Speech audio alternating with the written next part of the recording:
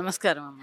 Ma'am, ఇప్పుడు pyramid శక్తి స్థల్ గురించి ఇది ఎందుకు నిర్మాణం చేస్తున్నారు? ఇక్కడ విశేషాలు ఏంటి? మీ మాటలో చెప్పండి మ్యామ్. పత్రిజీ పిరమిడ్ స్పిరిచువల్ సొసైటీని స్థాపించి 40 సంవత్సరాల పాటు నిర్విరామంగా కృషి చేస్తూ ఒక్క రోజు కూడా రెస్ట్ అనేది లేకుండా ఆయన ఈ ధ్యాన ప్రచారం అనేది చేశారు. ఆ చేసిన దానికి ఆయన స్మారక చిహ్నంగా స్టాచ్యూ ఆఫ్ మెడిటేషన్ అని చెప్పి ప్రపంచానికి తెలియజేయడం కోసం మేము ఈ శక్తి స్థల్ని నిర్మాణం చేయాలనేది అనుకున్నామండి.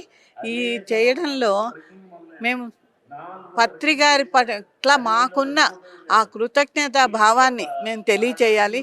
తర్వాత ఇది ప్రపంచానికి 1000 సంవత్సరాల పాటు దీని గురించి తెలియజేయడానికి ఈ నిర్మాణం ఉపయోగపడుతుంది.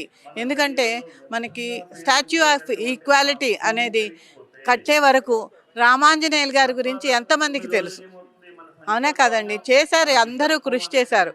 కానీ వాళ్ళ గురించి అలా ఒక స్మారక చిహ్నంగా ఉన్నప్పుడు మాత్రమే ప్రపంచం దృష్టి దానివైపు వస్తుంది.